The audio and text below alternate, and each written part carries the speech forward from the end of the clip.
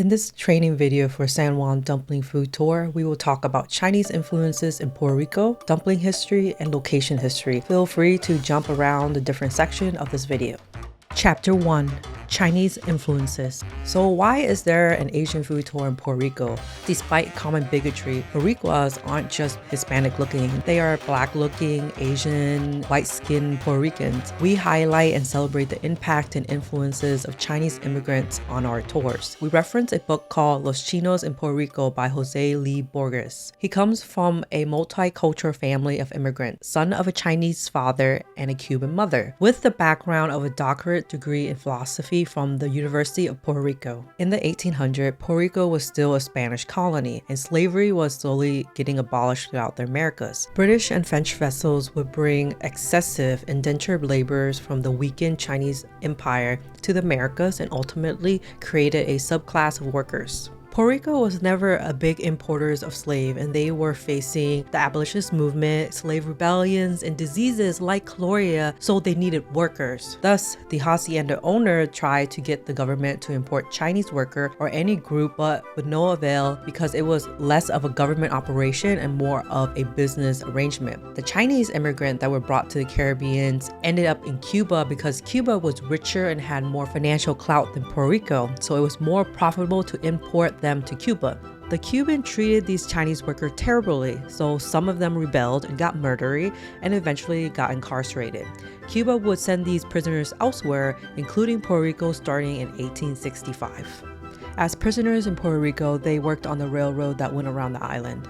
The second wave of Chinese immigrants came to Puerto Rico because of the U.S.-Chinese Exclusion Act. The U.S.-Chinese Exclusion Act of 1882, which made Cuba, Puerto Rico, and other Latin American countries an alternative for Chinese families that could not enter the U.S. The law eventually applied to Puerto Rico in 1904. The third wave of Chinese immigrants after the Spanish-American War of 1898, when Puerto Rico was seceded to the U.S. Thus, Chinese that was already in the U.S. was allowed to move to Puerto Rico. The fourth wave of Chinese immigration was due to three reasons. One, the abolishment of the Chinese Exclusion Act of 1943, which means Chinese were allowed to enter the U.S. again. Two, Puerto Rico had its industrialization boom in the 1950s that needed more workers and was appealing to those who were looking for economic opportunities. Three, many Chinese and non-Chinese fled Cuba because of Fidel Castro's Cuban Revolution in 1959, and many fled to Puerto Rico because they needed something similar to where they were from, a Spanish-speaking island. There's an unofficial fifth wave of Chinese immigrants coming from Venezuela due to President Maduro taking power in 2012, and people fled economic instability to Puerto Rico in the last decade.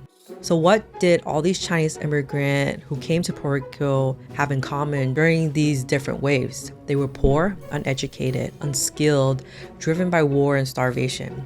What did they do when they got to Puerto Rico? They worked as laborers in restaurants, laundromats. Under the U.S., they helped rebuild the infrastructure and built the railroad system that went around Puerto Rico. We talk about these facts of historical events, but what present-day impact did these Chinese immigrants make in Puerto Rico everyday culture? They opened Asian restaurant that you can see all down Condado. They created the famous Puerto Rican Chinese food that is distinct to Puerto Rico, where they serve Chinese fried rice, flavored with adobe and sesame, and paired with fried plantain, tostones, or mofongo. Unofficially, Chinese restaurant invented the tostones al ajillo by adding garlic to the common item of tostones. You can also see the Chinese influences on Puerto Rican chefs who opened Asian-inspired eatery like one of my favorite restaurants, Chef Ricardo of Nam Pla, which is a Southeastern Asian-inspired local spot. We assume that, like Chef Ricardo, he was exposed to Chinese people and their food at a young age that fueled his passion for Asian cuisine. We also see many intermarriage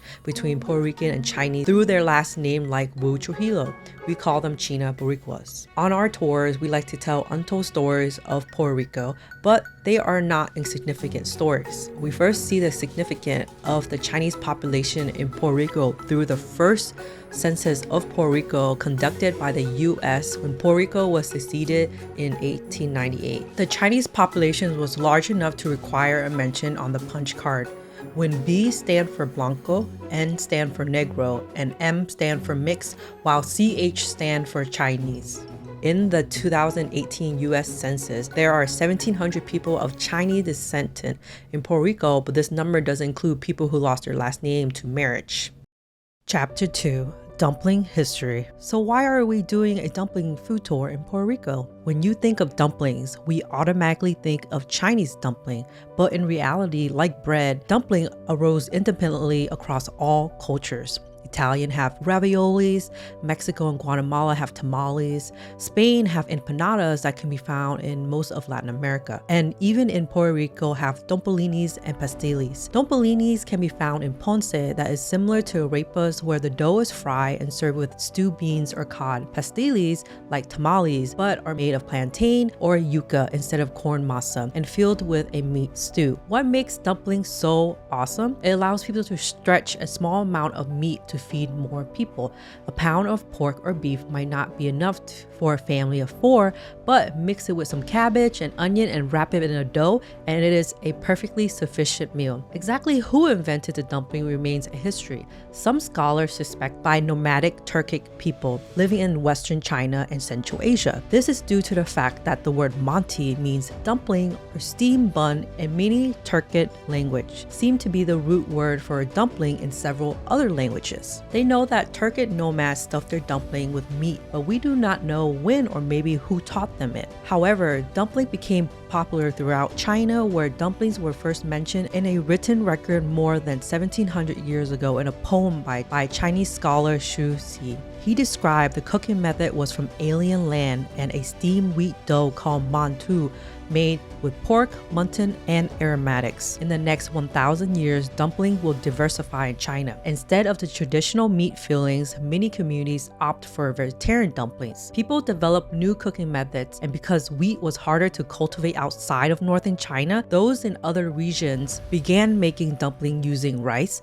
tapioca, and sweet potato. Chinese dumplings are called jiaoji, meaning tender ears, because of the legend that the Chinese dumpling were created by a Chinese doctor during the Han Dynasty 1800 years ago. The physician would add medicine to the dumpling to help circulation and prevent frostbite. In Chinese culture till this day, dumplings shaped like ancient gold or silver ingot symbolize wealth and prosperity, very similar to noodles symbolizing longevity. The relationship between Chinese dumplings and those in other areas are tricky to trace, but food historian best guess is that when the Turkic tribes spread and eventually established the Ottoman Empire around 1300 CE, brought wrapped morsels west with them. In what's now Turkey, most people would not have stuffed their dumplings with pork due to Islamic restriction. Instead, manti will be filled with lamb, drizzled with garlic and yogurt and butter, and topped with herbs and spices. Some scholars believe that the Mongol Empire introduced dumplings to parts of Eastern Europe. It could have come from China or from the Turkic people that they hired to run their Mongol Empire. The Mongol Empire also controlled Korea, where they call it mandu, where it is eaten with kimchi. Later, after Chinese dumpling varieties were introduced to many more countries, English speakers began to call them dumpling, which means little lumps, and is thought to have been first used in the 16th century England to describe dough balls dropped in liquid, like a matzo ball, but they had no filling. So the word dumpling was actually confusing, imprecise, but it stuck. When Japan occupied China during the Second World War, Chinese jiaoji was brought to Japan and became known as gyoza, and were more typically pan-fried. Every region of Italy has its own variety of dumpling, like stuffed pasta. So some historians think that the Arab conquerors brought dumplings when they reigned over Sicily between the 9th and 11th century. It is unlikely that all dumpling dishes came from the same root tradition. In many cases, it may simply because culinary visionaries share a similar revelation that cooking fillings and wrapped it in a dough would be delicious. Here are a few dumplings that we will be featuring on our food tour. We have the shumai. from Inner Mongolia, which is steamed and filled with pork and mushroom. The dough is made with lye water that is an alkaline solution, gives the dumpling a yellow color and springy texture. Sometimes are made with pork and shrimp. Translate to without being cooled down in Mongolian. It's said to describe how people should eat it while it's still hot. Then we have the hargao. It is a shrimp dumpling filled with shrimp, sometimes with water chestnut or bamboo shoot to add crunch, steamed in a tapioca wrapper. It was created in a village near a river that had a big shrimp fishing industry. Then we have the jiaozi, the classic Chinese dumpling filled with pork and wrapped with a flour dough. Then we have the gao bao. Gao bao is a Taiwanese version of the Chinese bao bun. Bao is a steamed dumpling comparable to bread. The gao bao is usually stuffed with pork belly and pickled greens. Chapter 3, Condado History. Condado is an upscale neighborhood located on the beaches of the Atlantic Ocean, east of Old San Juan, one of the 40 sub-boroughs of Santurce. The Condado Lagoon is on the west side, where Ashford Avenue ends.